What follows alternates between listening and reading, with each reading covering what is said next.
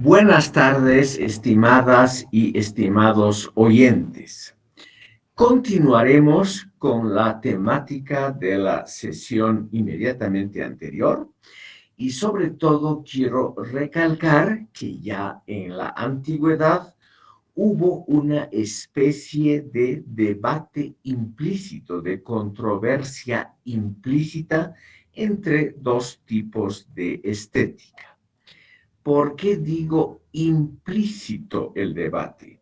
Porque no fue una reunión como en un foro o una mesa de redonda donde un pensador griego discutía y exponía sus puntos de vista frente a un sacerdote judío que también exponía su visión de la estética. Un debate implícito es aquel que se encuentra en documentos de la época, pero que no corresponde a una sola sesión, digamos, donde se hubiese discutido y debatido conjuntamente. En la Biblia, en el comentario de la Biblia, que es el Talmud, y en el comentario del comentario, que es la Torah, es donde se encuentran los puntos de vista de los judíos, y en Heródoto y en muchos escritos griegos están los puntos de vista de los griegos. La contraposición es, estimado público, entre dos visiones diferentes de lo que debe ser una obra de arte. Para los griegos, lo importante era defender un punto de vista cosmopolita, al mismo tiempo dedicado a la belleza.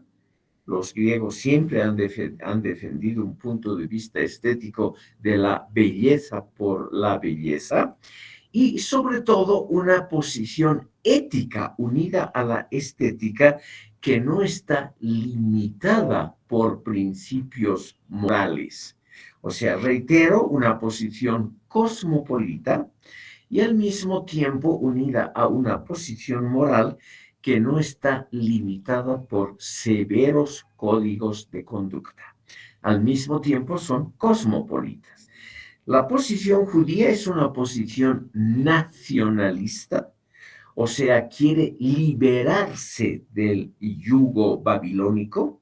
Para ellos era realmente una tortura estar como prisioneros en Babilonia, y eso es comprensible, y simultáneamente era un canto, una celebración de la moral rígida, severa, de un pueblo que vivía según los principios mosaicos, es decir, según esas reglas de conducta muy severas que había establecido Moisés para el pueblo judío, y un canto también de las tradiciones de los judíos y sus deseos de libertad, pero de una libertad nacionalista.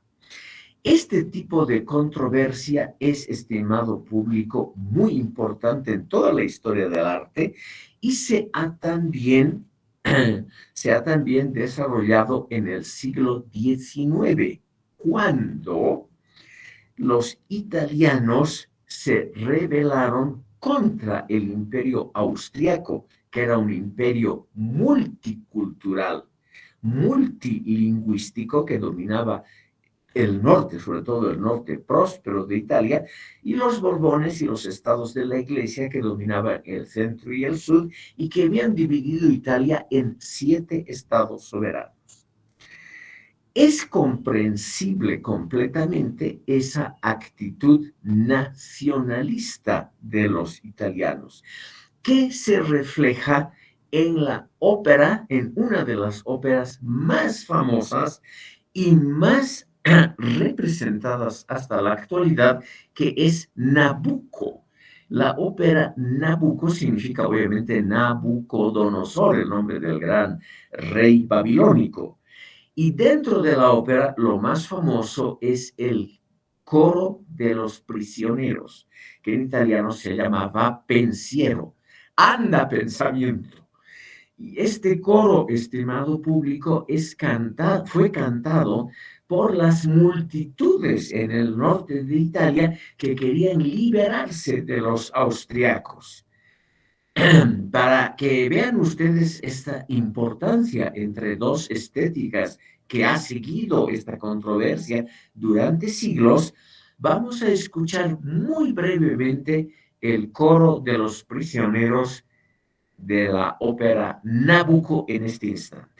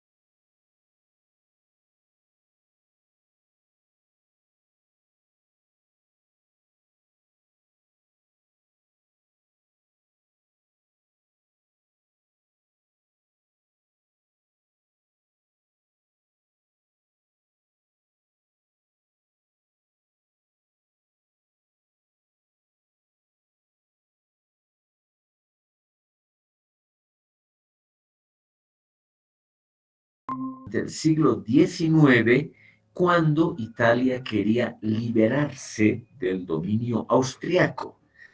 El dominio austriaco era un imperio multinacional y multilingüe, como era el imperio babilónico.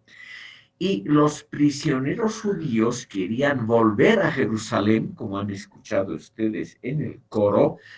Jerusalén aparece a veces bajo la palabra Sion, que es la expresión poética de Jerusalén, y es comprensible su deseo de volver a reconstruir la patria dañada por las invasiones y expoliaciones de extranjeros.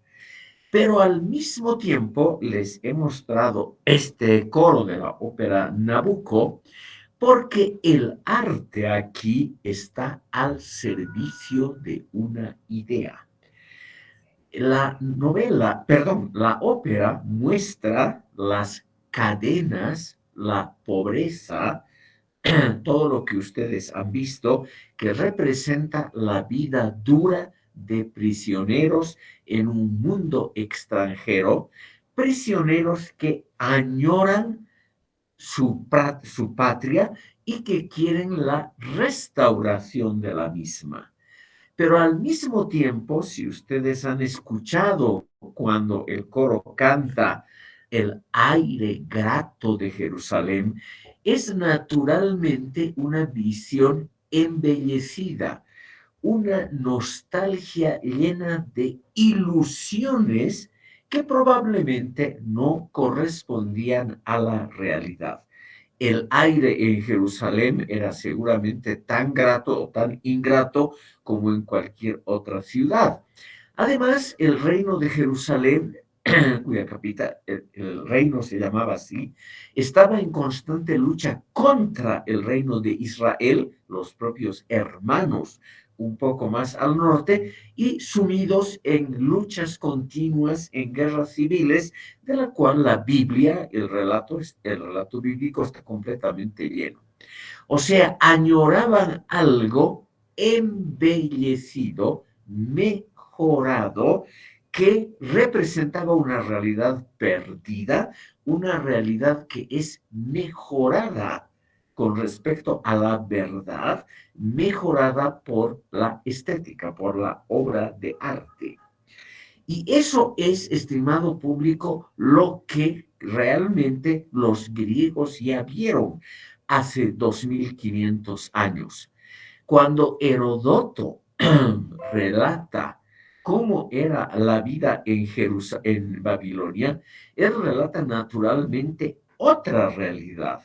Él relata la realidad de un imperio multiétnico donde la gente vivía más mal que bien, pero sin gran resistencia a la autoridad babilónica.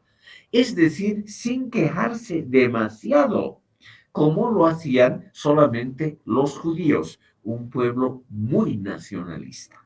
Entonces, Herodoto se da cuenta, ya estimado público, hace 2500 años, que hay en la mentalidad humana el deseo de embellecer el pasado para justificar las acciones del futuro, las acciones de la revuelta judía contra los babilonios.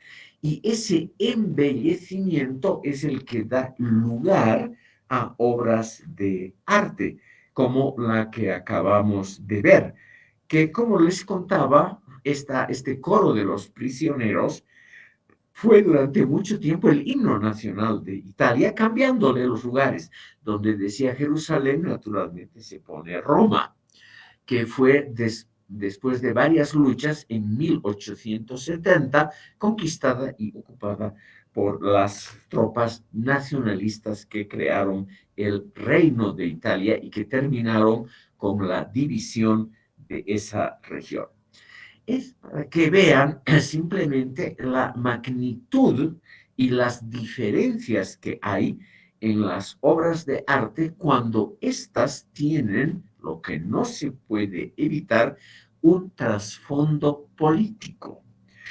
A los judíos les molestaba una cultura como la babilónica, cosmopolita, permisiva, una cultura que no hacía eco de la grandeza de las culturas locales, que no se interesaba por las culturas locales, sino que trataba de establecer principios generales de convivencia. Y esos principios generales de convivencia estaban reglamentadas por el llamado Código de Hammurabi, que es probablemente el primer código escrito de derecho que los seres humanos han inventado sobre la tierra. El código, estimado público, está grabado en la famosa estela de Hammurabi, que lo ven ustedes aquí a la izquierda. Aquí está el rey defendiendo el código ante un dios. El dios está sentado. Y el rey, que está aquí con la antigua corona de los reyes babilónicos, está defendiendo su código. Aquí tienen ustedes una parte de ese famoso código que tiene un preámbulo filosófico. El código en la parte superior, aquí está otra representación. En cada aldea babilónica había una muestra pública del código. Yo creo que no servía de mucho, porque la inmensa mayoría de la población babilónica no sabía leer. Pero el rey quiso que este código esté presente para que todos vean dos aspectos: la universalidad de la ley babilónica que regía para todos los súbditos del imperio, independientemente de su condición étnica. Y al mismo tiempo, este código contiene, sobre todo en el preámbulo, algunos principios filosóficos de cómo debe vivir el ser humano. Es un alegato en favor de la visión, de una visión cosmopolita, tolerante, hoy diríamos tal vez liberal, de lo que era, de lo que debía ser la convivencia razonable entre seres humanos. Aquí tienen ustedes otra representación del rey Hammurabi de Babilonia y de su código. Como les decía, esa cultura babilónica se fue a pique en el siglo VI antes de Cristo, ante la invasión del imperio persa. Los persas constituyeron el imperio más grande de la antigüedad. Lograron hasta conquistar Egipto, que era un país de 3000 años de antigüedad, de un régimen continuo que también creó obras de arte muy notables que vamos a ver ahora rápidamente. Los griegos, como les comenté, instituyeron la primera lista de las obras bellas de la humanidad, las famosas 7 maravillas del mundo. Los jardines colgantes de Babilonia era la segunda posición de la lista. La primera posición de la lista la ocupaban unas obras extraordinariamente antiguas que ya en la época de los griegos tenían miles de años de existencia. Y estas son las 3 grandes pirámides de Gizeh.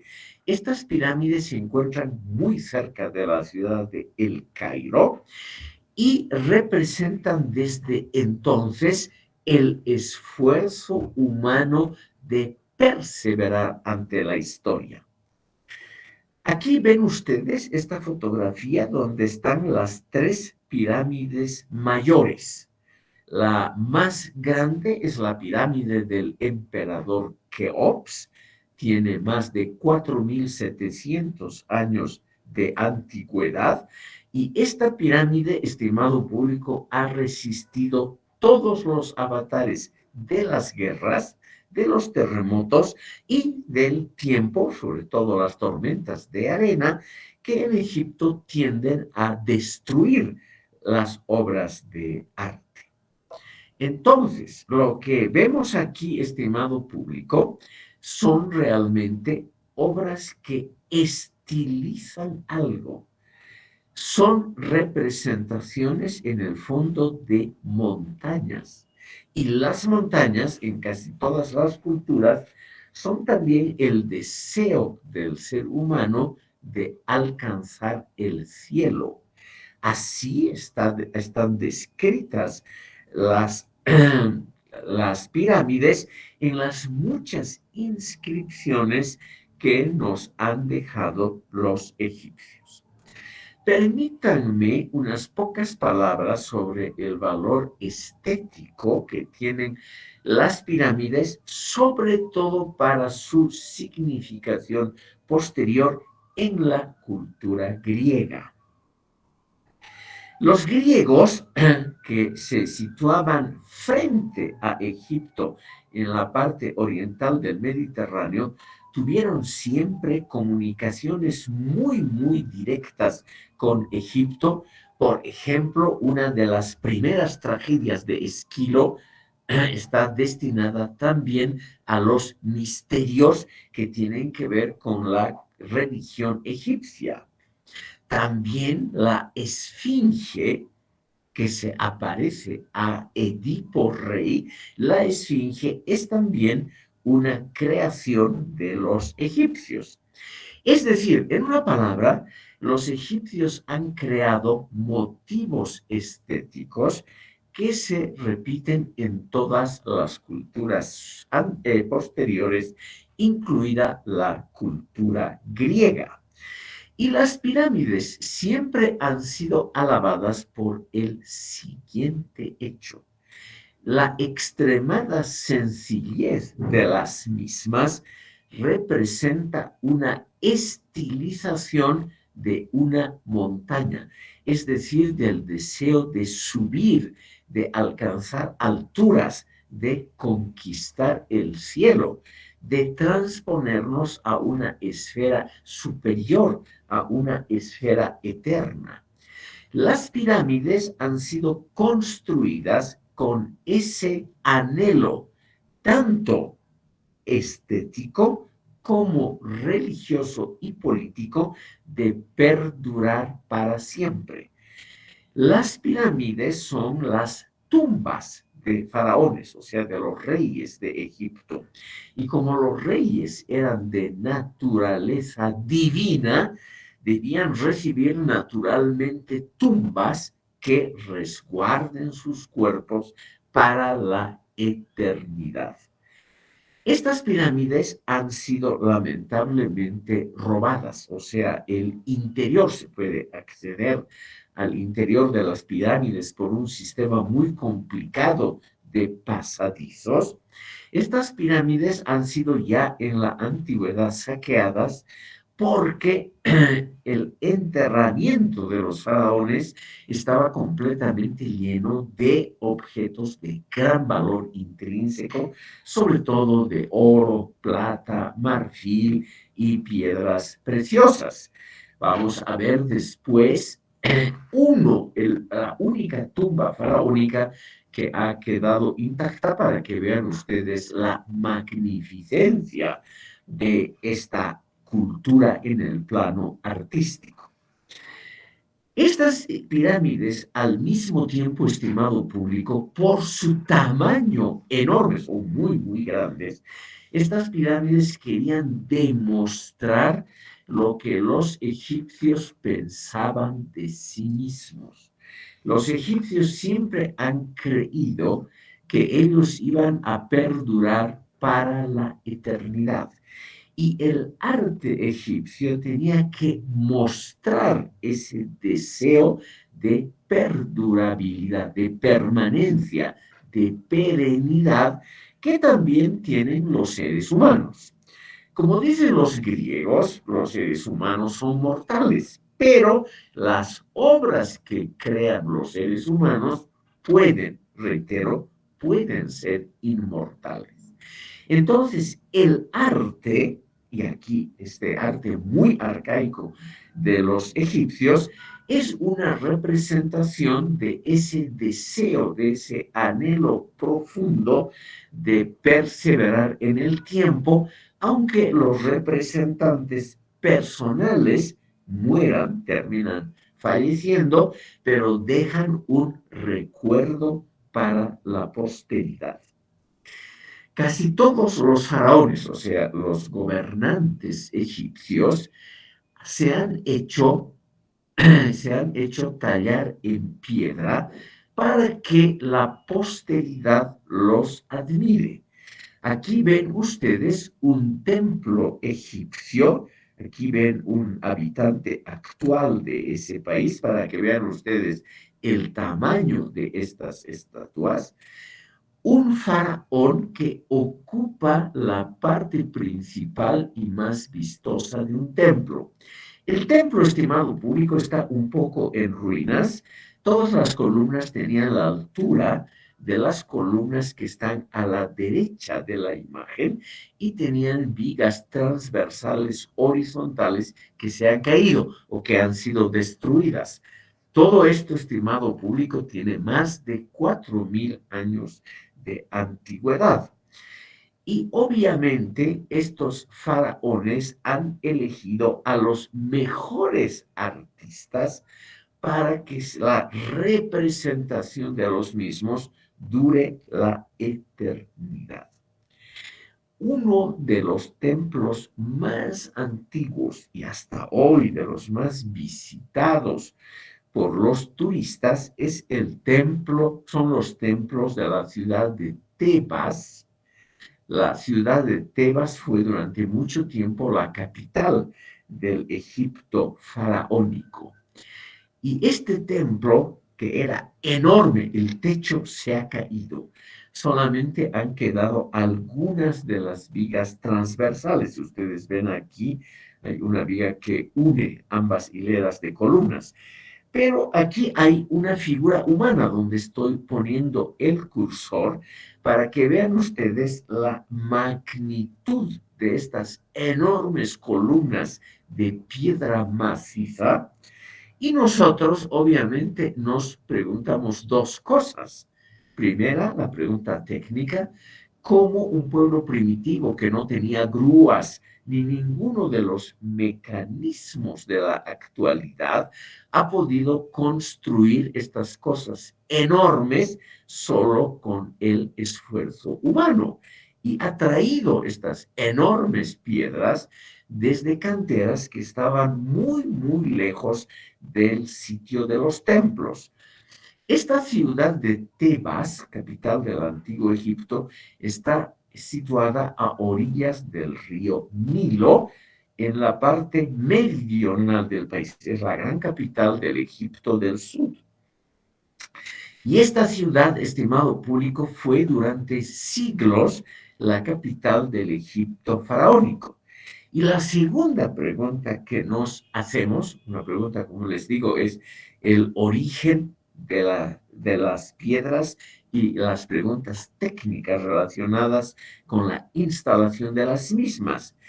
Y la segunda pregunta que nos hacemos es, ¿qué dicen los jeroglíficos que adornan estas columnas? Sobre todo la del centro, como ustedes ven, ha mantenido algunos de los jeroglíficos. Todas estas leyendas han sido hoy descifradas. El antiguo idioma egipcio, pese a sus enormes dificultades, ha sido descifrado a partir de comienzos del siglo XIX. Y todas estas leyendas, estimado público, son de tono optimista. La civilización mesopotámica, sobre todo la sumeria, era un modelo social basado en el pesimismo y en el escepticismo protofilosófico.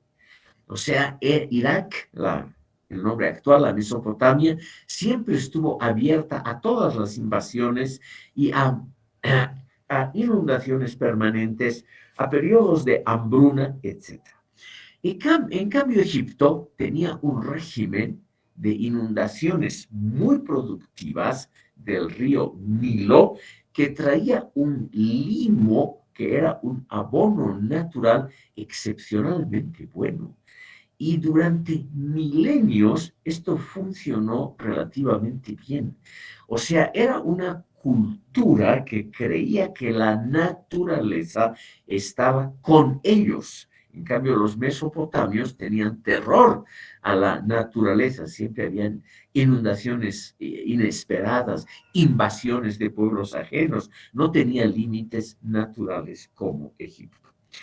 Esta cultura optimista, estimado público, ha creado estos enormes templos, las pirámides y otros ejemplos de una cultura muy importante porque creía que los dioses estaban al lado de los egipcios.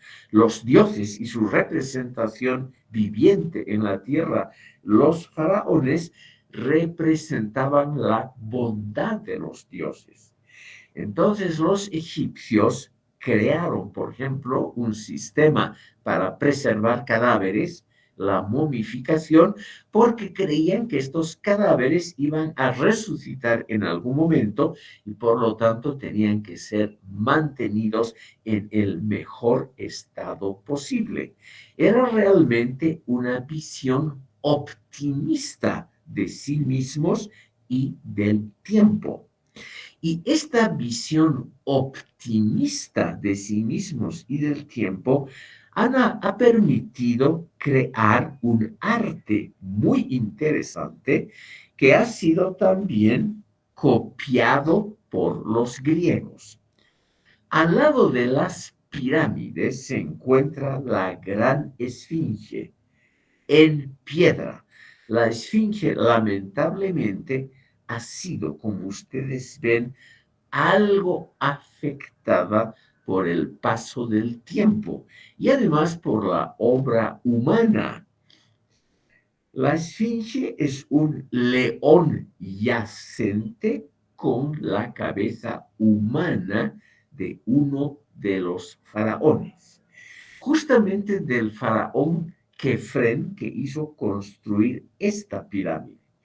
Les muestro esta pirámide, que es la mediana entre las tres, porque es la única que ha conservado el revestimiento de piedras de mejor calidad que las de la base de la pirámide.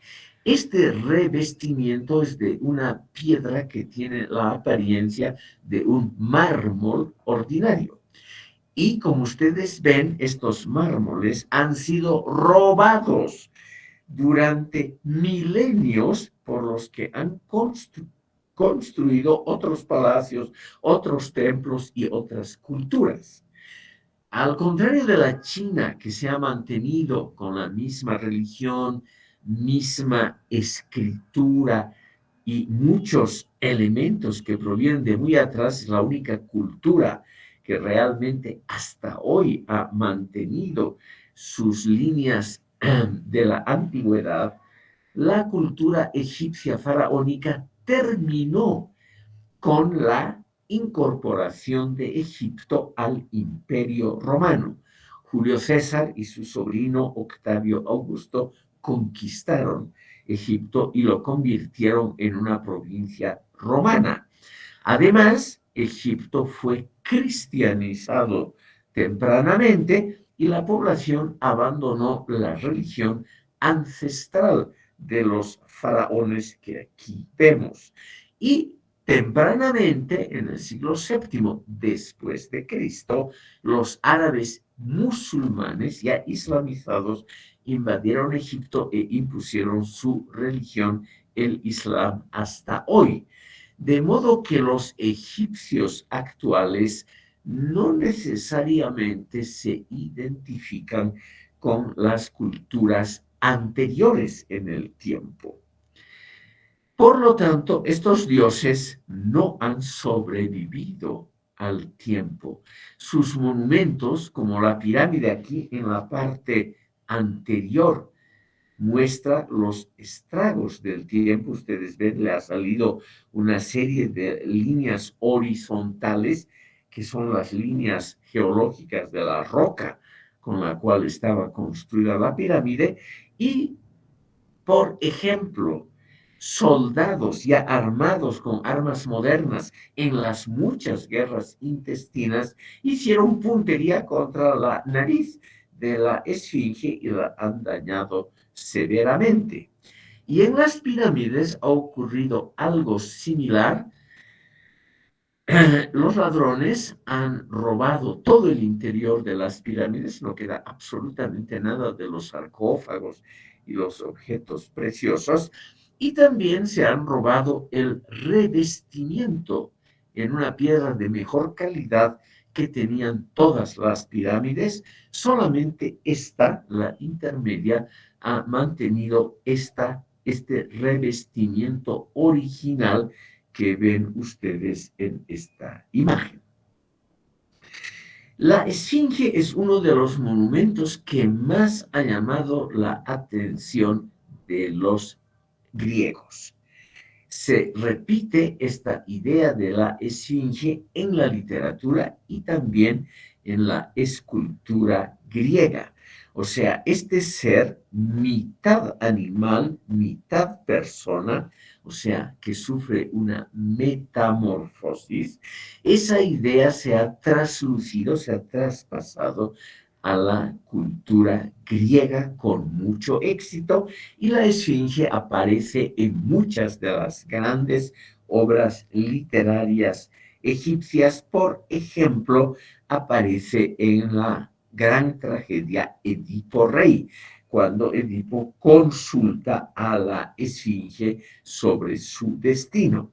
Aquí tienen ustedes otras dos vistas de la gran esfinge, y la imagen de la derecha tiene algunas personas de tamaño real, personas actuales, para que ustedes puedan apreciar la magnitud de estos monumentos. Y como han visto ustedes por una imagen anterior, que la voy a repetir, estimado público, la esfinge es mucho más pequeña que las pirámides. Es decir, para que ustedes vean la imponente magnitud, altitud de las pirámides. La estatuaria griega ha tomado algunos elementos de esta estatuaria egipcia. Además, algunos elementos también de la religión egipcia, como son detalles muy especializados, no vamos a tratar ahora, pero les quiero mostrar algo que los griegos también tuvieron en épocas anteriores, que es una, un desfile de estatuas, una avenida, una procesión de estatuas que conduce a un templo. Aquí ven ustedes las estatuas de la derecha, perdón, las estatuas de la izquierda han sido descabezadas por muchos de los habitantes posteriores. En cambio, algunas de las estatuas de la derecha se han salvado. Son otra vez, naturalmente, faraones, o un faraón que ha hecho repetir continuamente su imagen. Los faraones, estimado público, querían siempre ser representados majestuosamente. Si ustedes ven aquí la estatua a la extrema derecha, se nota algunos de esos rasgos con los que los gobernantes casi siempre han querido ser representados. Y como estas estatuas constituyen algunos de los testimonios artísticos más antiguos del mundo entero, aquí podemos apreciar, estimado público, de forma muy clara qué es lo que un gobernante desea del artista. Los gobernantes desean sobre todo ser representados con poderío y majestad, es decir, una forma de representación que los muestre a ellos impasibles ante los seres humanos. La majestad casi siempre, igual en la representación de gobernantes, hasta bien entrado el siglo XIX, ha tratado de representar a los monarcas, etcétera, los dictadores, como figuras que están por encima de los problemas cotidianos. Y esto significa, estimado público, que las caras son siempre iguales, siempre en forma seria, pero serena, por encima de los problemas cotidianos. Les muestro esta representación solemne de estatuas que se llama hierática.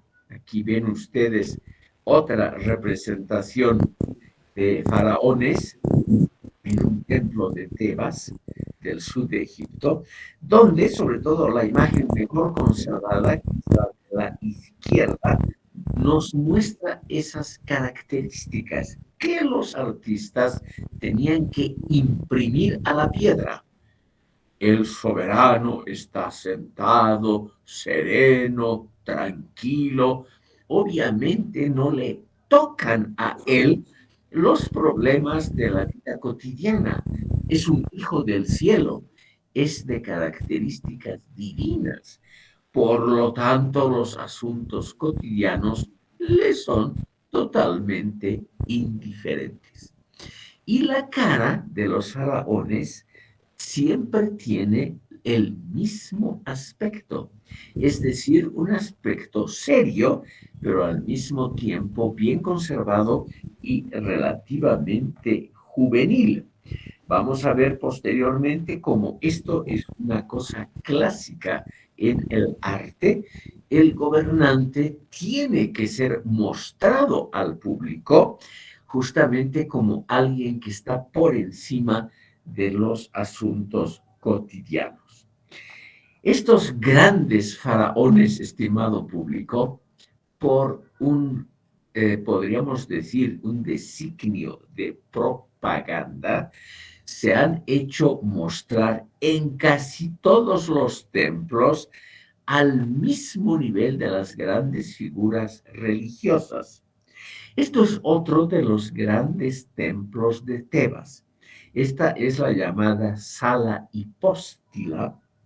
Las columnas son realmente enormes, están relativamente bien conservadas. Ustedes ven donde está el cursor, esta columna al centro que nos muestra figuras y jeroglíficos, pinturas, inscripciones en jeroglíficos relativamente bien conservados. La pintura realmente, como esto está expuesto al sol, a las tormentas de arena, etcétera, las pinturas sufren mucho y están naturalmente descoloridas, o sea, no tienen lo que probablemente han sido sus colores brillantes de origen. Aquí tenemos en el capitel la representación de un faraón. ¿Ven? Todos los capiteles terminan con la representación del gobernante. Y este gobernante siempre tiene la misma cara.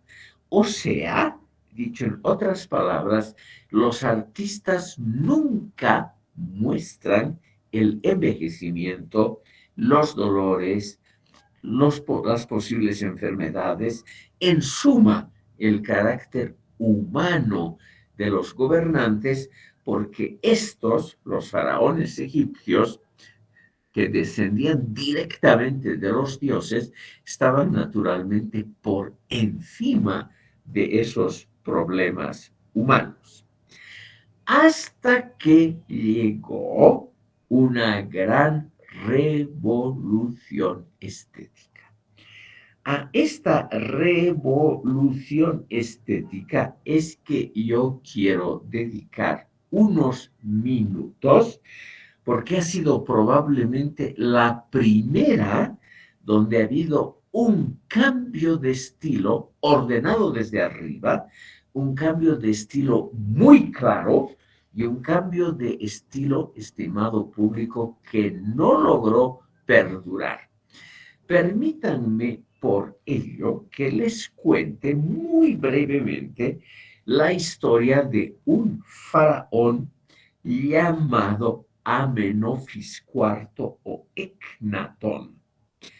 Este faraón de la dinastía 18 de Egipto fue un caso muy curioso entre los faraones. Él es el faraón que introdujo el monoteísmo en el mundo egipcio y el que ha influido poderosamente, es más o menos entre los años 1300 o 1200 antes de Cristo, el que ha influido poderosamente sobre la formación de la religión judía, la otra gran manifestación monoteísta de la antigüedad. Egipto constituía un país con una religión politeísta, es decir, con muchos dioses. Todos estos templos que ven, que han visto ustedes aquí en las imágenes, están dedicados a diferentes dioses. Pero una vez que él llegó al poder, Amenofis IV o Akenatón, él decidió que había un solo Dios y ese Dios estaba representado por los rayos del sol. El sol, Atón, era realmente el único Dios permitido. Este faraón aquí lo tenemos a la izquierda y su esposa y hermana, la reina Nefertiti, está aquí a la derecha. Él ordenó, estimado público, que sea representado él y su familia como eran en la realidad. O sea, él introdujo lo que se llama la revolución naturalista en el arte. Él no quiso ser representado como majestuoso, como incólume al paso del tiempo, no. Él quiso ser representado como era en la realidad. Aquí tenemos un panel, un bajo relieve, o sea, las incrustaciones están por debajo del nivel de la piedra, donde se ve al centro el sol y sus rayos, el único dios Atón que estaba permitido en esa revolución monoteísta, y esa revolución monoteísta conllevó la revolución estética del naturalismo. Aquí está el rey pintado como era o esculpido como era en la realidad. Ustedes ven brazos muy flacos, mano muy angulosa, era medio deforme y también tenía, como se ve aquí muy claramente, un cuerpo completamente deforme.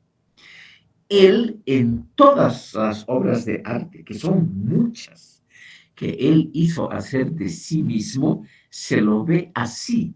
Y aquí está con un hijo probablemente o hija en una expresión de afecto, cosa que antes y después ningún faraón permitió que sea representado de esa manera natural. Él está naturalmente con la corona faraónica, pero ven, era muy feo y muy deforme. Y está con niños que también eran un poco deformes. Y aquí está la reina, está con dos niños, ven ustedes, uno aquí sobre el hombro y una chica aquí sobre las rodillas, y la chica está en una posición familiar, en una escena familiar, donde ella señala al padre. Es decir, es simplemente una representación de la vida familiar normal. Y eso es un caso único en la historia del arte egipcio y hasta esa época, probablemente del arte universal, donde un faraón se hace representar tal como era y también como era en la vida íntima, lo cual es bastante raro. Aquí tienen ustedes la misma placa, esta placa de piedra, en forma más, es una toma de más distancia, se lo ve más grande, y aquí ven ustedes al faraón en una escena estrictamente familiar, también aquí a la faraona Nefertiti, que era, estimado público, una mujer extremadamente bella. O sea, no necesitaba la estilización anterior para ser representada con la belleza que ella incorporaba. Por ello es que quiero mostrarles la siguiente vista. Aquí está a la izquierda el faraón.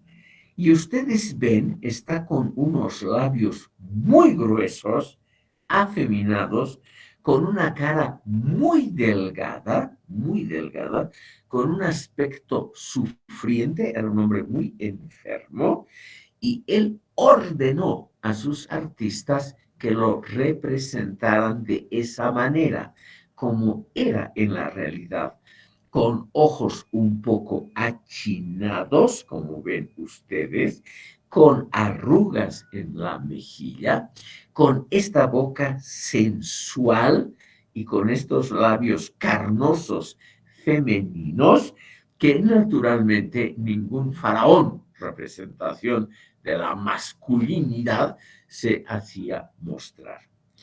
En cambio, aquí ven ustedes a la derecha un retrato naturalista de la reina Nefertiti.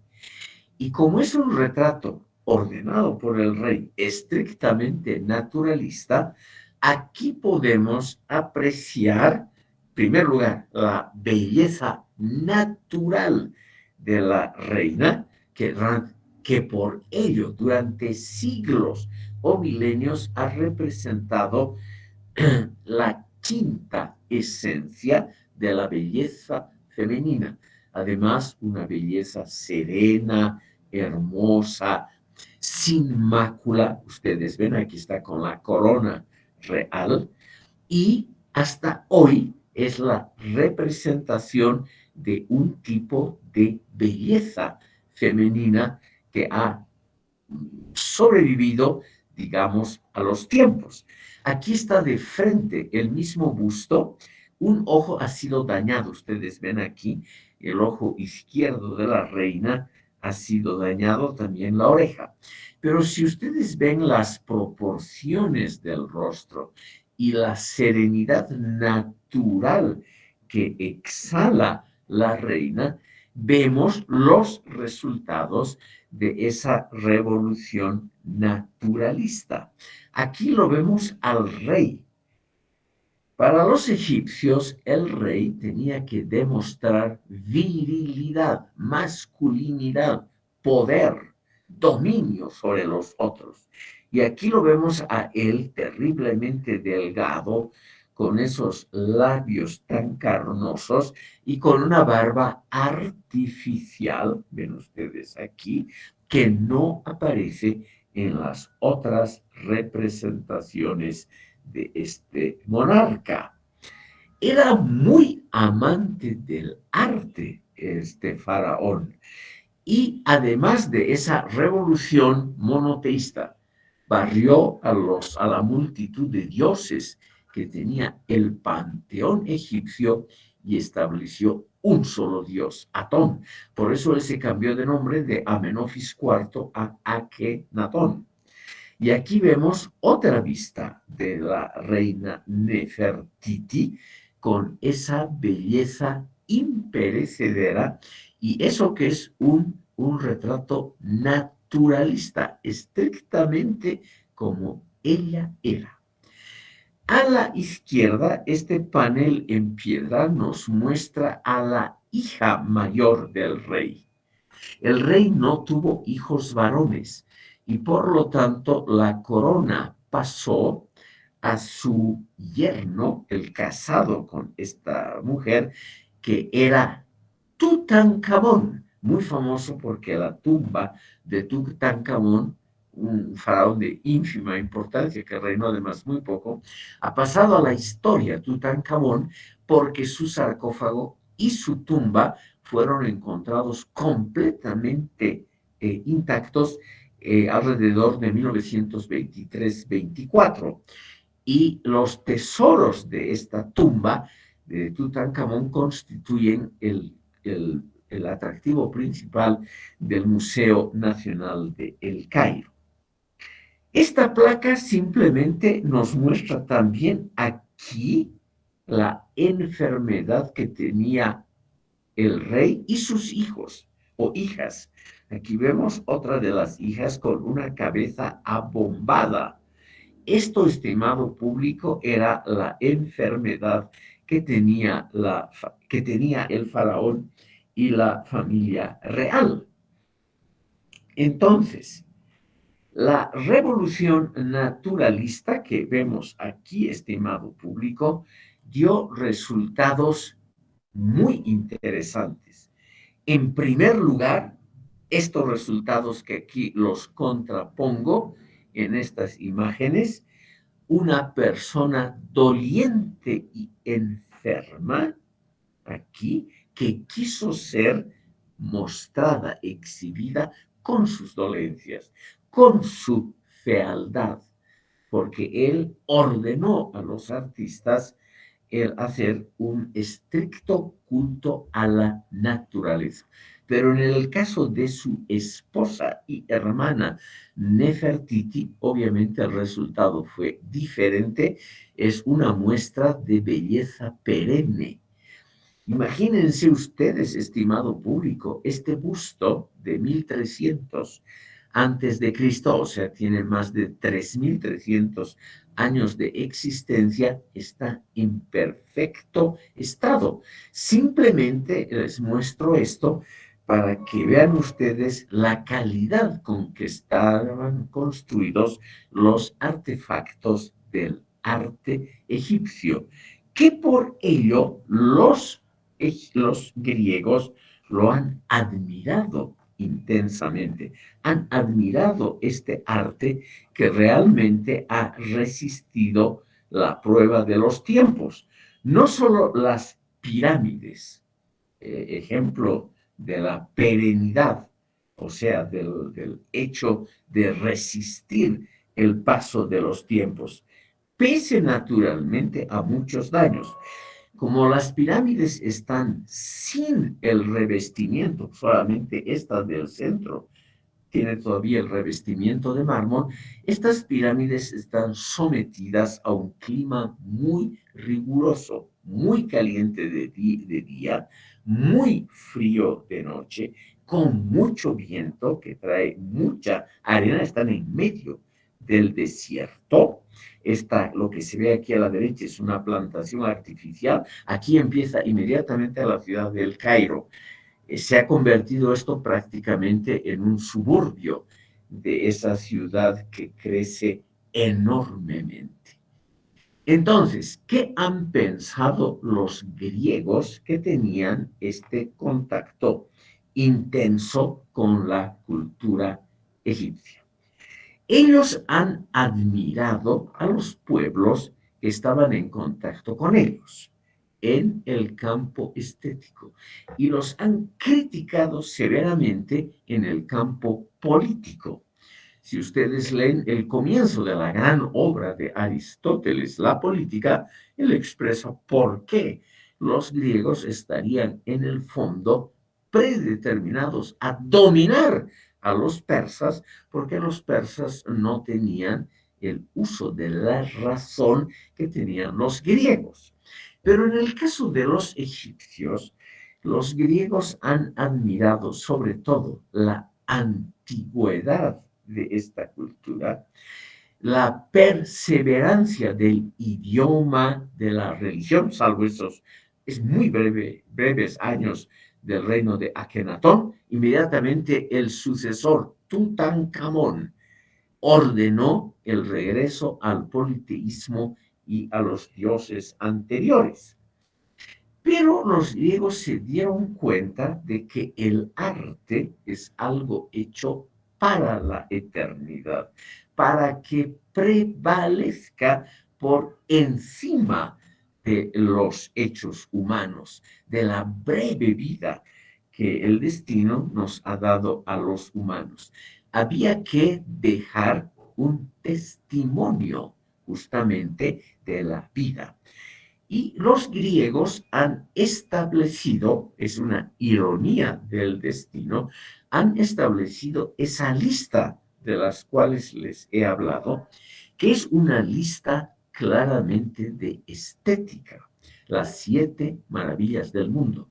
Y la única que ha pervivido hasta nuestros días, la única son las pirámides de Egipto. Todas las otras 6 maravillas están destruidas. La, las maravillas en general son obras griegas, salvo las 2 primeras, las pirámides egipcias y los jardines colgantes de Babilonia, y la última, que es el faro de Alejandría, que es también una construcción egipcia. Yo solamente les he querido mostrar, estimado público, cómo ya en la antigüedad ha habido esos dos grandes debates implícitos en la antigüedad sobre diferentes concepciones estéticas. Ese debate implícito, reitero otra vez, no fue explícito, no hubo nunca una reunión donde la gente haya discutido abiertamente sobre las diferencias, un debate implícito sobre la calidad, sobre todo, de la cultura babilónica. O sea, el debate entre cosmopolitismo versus nacionalismo y al mismo tiempo el debate entre una cultura abierta al placer y a la belleza contra una cultura, como han visto ustedes en ese breve, hemos mostrado el coro de los prisioneros de la ópera Nabucco, donde todos están vestidos humildemente, más o menos todos del mismo color ocre, que representa el desprecio de los judíos por las formas estéticas exteriores, contraponiéndose aquí a la cultura babilónica, que era la cultura justamente de los colores, del placer, etc. Y la segunda gran discusión protoestética ha sido esa revolución naturalista efectuada por Amenofis IV, esa revolución, estimado público, que ha, por lo menos por unos breves años, terminó con la tendencia a la representación hierática, solemne de los emperadores, de los monarcas, de los dioses, y el mismo faraón, Amenofis IV, Akenatón, ordenó naturalmente un retorno a lo natural, que es lo arcaico. Eso también se lo criticó.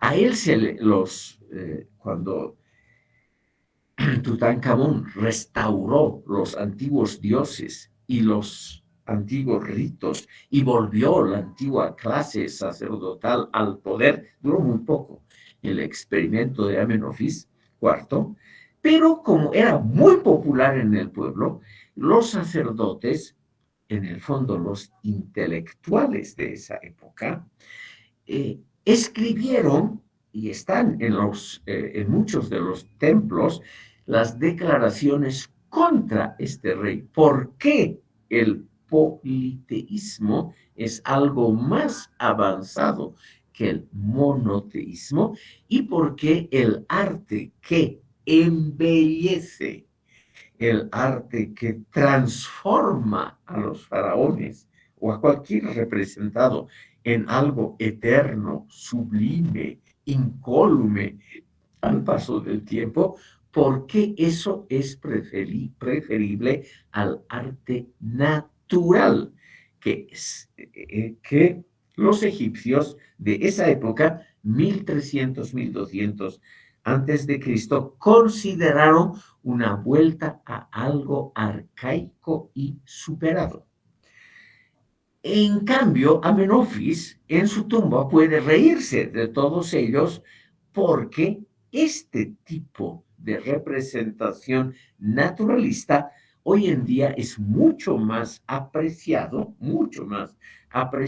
y también el retrato naturalista de su bella esposa, mucho más apreciado que la representación hierática, solemne, estilizada de sus antepasados. Aquí, estimado público, está justamente Amenofis III, Amenhotep III, el padre de Akenatón, de Amenofis IV. Y él naturalmente se hizo representar en la forma tradicional, embellecido, rejuvenecido, etc.